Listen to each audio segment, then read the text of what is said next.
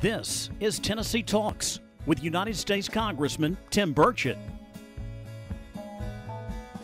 Hello, I'm Congressman Tim Burchett, and welcome back to another episode of Tennessee Talks. Today I'm joined by Knox County Sheriff Tom Spangler. Sheriff Spangler graduated from Carter High School. Is that right? Carter High School? It is. The Hornets, the Fighting Hornets. You got it. In Knoxville, then from Tusculum College. He served in the United States Air Force and then began his law enforcement career as a corrections officer in Knox County. Sheriff Spangler also served as a patrolman, a patrol supervisor, a metro narcotics detective, and a helicopter pilot. I always remember when I was in Israel, there was two groups of us, and we were going on a helicopter ride, and there's some action, you might say, going on, and our guard or guide or whatever, he was one of them. Turned out he was a former Mossad agent, maybe current, I'm not sure, but it's Israel, it's a different story. Right. And we had two helicopters to get on, and everybody, and there was a new helicopter and this young, good-looking pilot, and there was this old scruffy-looking dude in this run-down old helicopter, and our Mossad agent told Dan Crenshaw and I, he's a congressman from Texas, former Navy SEAL, and he said, that guy's a young hotshot. He said, but this guy, he said, he's the most decorated pilot in all of Israel. He's flew on a bunch of raids, and he named a bunch of stuff, some of it was covert, some of it was we knew about, and so Dan and I decided we'd go with the old scruffy guy in the old helicopter. Yes. And he was awesome. He'd tell us stories as we went, and it was great. But anyway, you served Knox County Sheriff. You served as the sheriff since 2018, and you serve over 470,000 people in Knox County. So, Sheriff, thank you for joining me today, yes, sir. Brother. I appreciate you. Thank you for having me. I guess you get asked this a lot, and I know it deals a lot with service due to your history, but what made you want to be the sheriff of Knox County? I think when I was in training, and it goes back to about 1996, somewhere right in there, it just had, my wife tells me, I told her at one time I was going to be the sheriff. I don't remember that, but I wish I could, because at least I could say, I remember telling you that, and here it is coming to fruition. Yep. But, just being in law enforcement, it just felt like at the time when things fell into place the way they did, it was just time. And it being an open seat at that time, I felt like it was a good time for me, the experience that I had with the sheriff's office. So I made that plunge. Well, what do you think? In Washington, it seems it's in, at least by the majority party, to run law enforcement down. But I'm wondering, what are some of the biggest issues facing y'all in law enforcement right now? Well, I think the biggest thing that we have facing us right now is recruiting and retention. With what's happened over the past 2.5, almost 3 years with COVID and the civil unrest across this country, it's really put a damper on law enforcement. And the people who are in there now, if they're eligible to retire, they're taking advantage of it. And those that just want to get out of it to take away from the dangers of the way it is on attack on law enforcement now.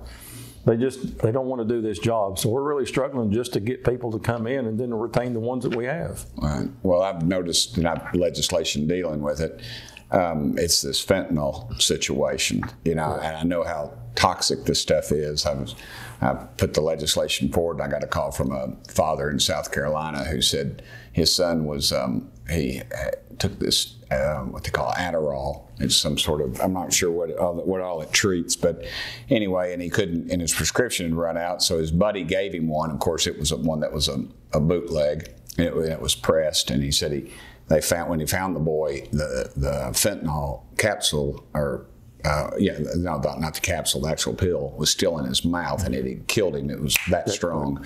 And I'm wondering, you've seen this, and this crisis that comes along. I mean, it was years ago. It was black tar heroin, and it was something else. But this fentanyl just seems to be a whole new monster. It's really taken on I guess you would say, a number of its own, so to speak. But it is. And on a daily average, our patrol officers are out there narcanning people 2 and 3 times a day. Now some of those are repeats, too. They are. Several of them are repeats. But the bad thing is that those people that are able to, whenever they are arrested and they have this fentanyl inside of them, it's getting into our facilities, and there's no way of being able to detect that. Yeah. And so we've had some people, we've had to Narcan within the facility, wow. and also our officers we've had to Narcan because of coming in contact with it. You know, it's amazing how much just you know, you can put it on the head of a dime. It can kill 100 people or more. Just the strength of it, just the amounts that are in this country now. To me, that's one of the issues I have real concern about our border. We know it's produced in China, and then they mule it across our most of the time our southern border. It's coming in other places as well, but we know pretty much that the majority of it probably is our southern border. It is. You know, we've seen several news stories as of late of some violent crimes, and especially Shelby County and Memphis, and it just seems to be a pattern of just repetition. And I'm wondering, what do you think causes that? I've said that there's a breakdown of the family, and I said in your talk of when they run law enforcement down, talk about defunding, and I said that's a 1-2 punch. Mm-hmm. But you know, I've been labeled a lot of things because of that, but I'm afraid it's the truth. You can.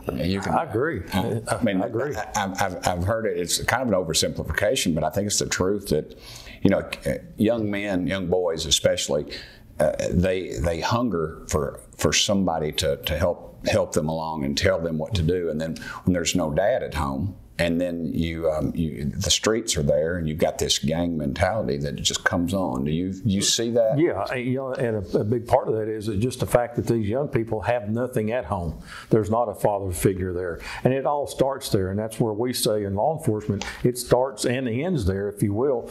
But within the law enforcement family, when they come in contact with us, I'll be perfectly honest, what we're seeing and what you saw in Memphis was an individual who had been in the penitentiary and let out early. What's going on, and as far as I'm concerned, that is a temporary inconvenience for these people. They look at it, well, I'm not going to be in there that long, so I'm going to be able to get out and do what we're going to do. Right. And, you know, I'm very thankful that we got that truth in sentencing law passed for these violent criminals, and that's what we're going to have to do. And people call me old school. I guess I am old school if I go back to the 1980 when I started up there. But you've got to be able to make some sort of deterrent for these people. And if we don't have a deterrent at all, there's nothing for them to not want to do some of these things. Yeah, I mean, this one guy got out. I mean, he was already in for that in the first place, that same type deal. And then, you know, I just had, when I knew people that knew the girl and young lady, and I'd talk to them periodically during all that, just right after it happened, and I had a bad feeling. Mm-hmm. You can, if you don't get them back within just a short amount of time, you can pretty much count that they're gone. That's generally the case. Yes, sir. And I worry about that with the family, and I know everybody else in this country did too, and especially the women. I saw that, you know, they had a big march or a big run. Didn't make a lot of national news, but it probably should have, just the anger that people are showing towards that type of activity, and our politicians better wake up. It's gonna take us all over, I'm afraid.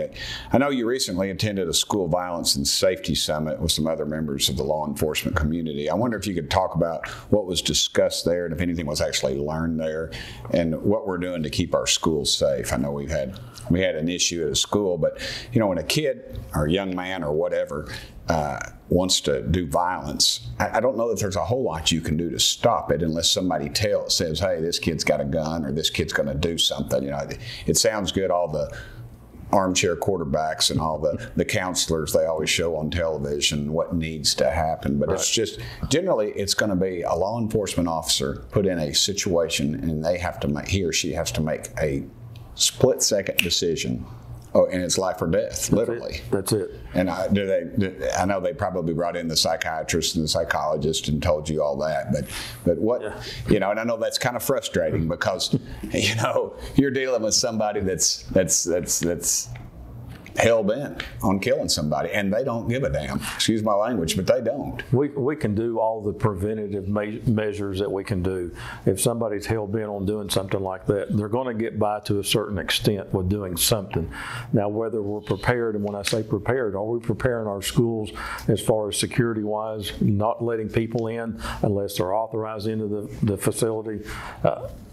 how those things are done, whether it's electronic entrance and exit, things such as that.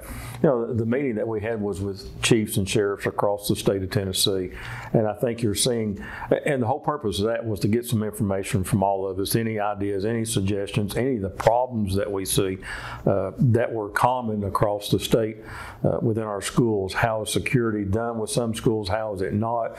What some sheriffs and what some chiefs do for the school boards and what have you. Yeah. Those are some of the things that we looked into. And this was pretty much a preliminary, but it was an all day.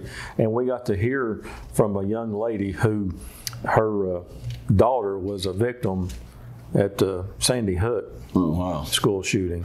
And so, we heard some of the things that she encountered that were frustrating, so to speak, if you will, by not being able to either hear things that were going on. When I say not hearing things, she got a text from the school just said we have a shooter, or the school's been locked down, and no other information. Well, those alerts, and we were talking about that in Congress. It was really just giving our Justice Department sort of more unchecked funds and get an alert that there's a shooting. I mean, in Chicago, it would just be it'd be a constant deal. And of course, in Uvalde, they already had that apparently. So I don't. And here's something else that bothers me about that. And I brought this up, but nobody can answer it. Everybody's a cowboy, and I'm afraid if they hear, hey, there's a shooting or there's an active shooter somewhere, you're going to see a bunch of cowboys show up, and you're not going to know in law enforcement. A friend of mine who's an FBI agent told me one time on a deal they got to, and he said, he got there and everybody was walking around armed. I mean, but they weren't identifying themselves as law enforcement. So you had the local deputies, the local PD, and maybe whoever else, security guards or whatever. And I think it could create an issue of confusion. I just, I don't think they thought that whole thing out, and they sure putting a lot of money into it. I really don't see it happening the way they want it to, unfortunately, but or at least the way they envision it. Exactly. A bunch of politicians in Washington D.C. sitting in a laboratory type setting, ideal situation. It's just, you've been in around shootings. I've been in a riot. It is not. I've been in several riots actually up in D.C. and the confusion. It's just.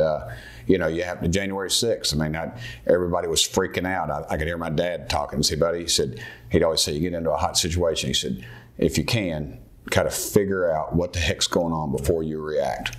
And I think that created quite a lot of confusion in D.C. But what do you think Congress could do to help our law enforcement officers and to keep our communities safe? I worry again.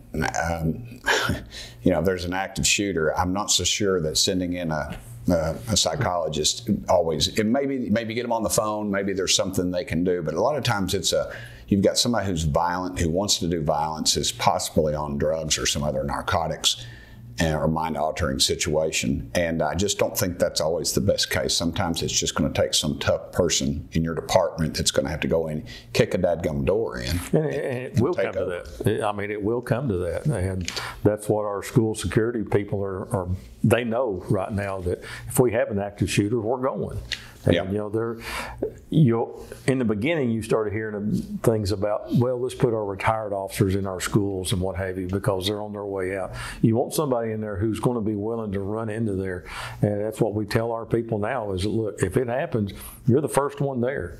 You're calling for help, but you've got to go. Seconds matter. They do. It's just... You can't sit back and wait. And I wouldn't dare second guess what happened in Uvalde for 1 second. No, sir. But, you don't know what those people were going through. And I guess that's what's really aggravating is you hear some of our politicians are saying, well, we should have done this and we should have done that. Let me put you through one stressful situation on a simulator and let me see how you react, and then you're going to have a second idea on how things are. And I guarantee you, I can put enough stress on you in a controlled environment to show you what you won't do in an uncontrolled environment. Yeah, I worry about that all the time because it's there is no. You can prepare. I've heard Navy SEALs, a fella who shot bin Laden, and he said they practice, but still nothing nothing is like when you're in that hot situation and you're getting shot at and you've got to make a split-second decision in the dark or whatever, or somebody rushing out. Is that a hostage? Is that the bad guy? So, yeah, I understand that. I guess this is the time that I regret most of all my staff putting this in here, but they allow you to ask any question of me you like. If there's anything you need of me, Sheriff, and of course I can always edit this out if I don't like it. But I don't think there's anything right offhand that I need to ask you about. I think that anytime I can, I'm just going to pick up the phone. Well, that's a good thing about being in Knox County, and I say this with all sincerity, if you were sitting here or not. When I hear a siren, I've tried to teach my little girl who's a young lady now. I said, every time you hear a siren, baby, you say a prayer, because one of our friends is going to be in harm's way. And it's really a volatile situation. We don't hear about the domestic issues and just things that go on constantly and law enforcement has to deal with. And you see them out writing a ticket or something, that's the last thing they want to be doing. Yeah. And I know you're all stand on that, but just the constant stress of the job and the competition and trying to keep good people employed, and I always love it when one of the older guys in a committee or in a private setting will say, Tim, and I know I'm going to get something that came from 20 years ago that we would just totally disregard, but it's usually pretty darn good advice. Yep. And so it is. So I appreciate that. Yes, and I appreciate you, Sheriff, and the great work your folks do. You've been a great sheriff for Knox County. You've been a good friend of the Burchetts, and I mean that with all sincerity. Well, it's been an honor. Well, really thank has. you, brother. Well, I appreciate seeing you down at church when I walk in down there. Of course, I'm always walking in late, as you know, and you're good about that. Anyway, I'm Congressman Tim Burchett. I want to thank y'all for enjoying another episode of Tennessee Talks, and as always, thank y'all for sending me here.